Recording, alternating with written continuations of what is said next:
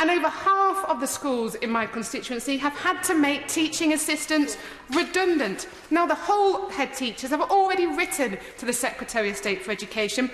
They've asked for £5 million extra in funding to help them support those children most in need. There are currently 526 preschool children in Hull with SEND that are going to be starting school in September, and they need the money for additional support.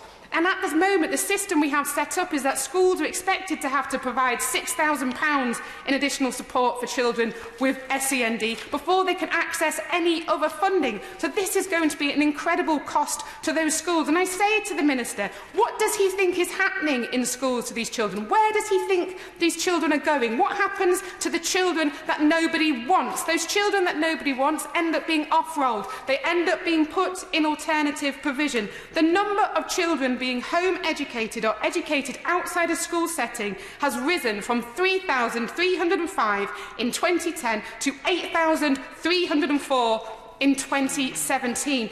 8,304 children who are waiting for adequate education. And there's a huge competition for those specialist places in specialist schools. Now, the forthcoming report from the UCL's Institute for Education has said that the system is now pushing schools and their heads to prioritise, and I quote, the interests of the school over the interests of groups of, usually, more vulnerable children. Some schools were found to be engaged in aggressively marketing campaigns and cream skimming aimed at recruiting particular types of students. That is the true legacy of this government's reforms to education, a legacy that excludes and treats the most vulnerable people in our society in this way.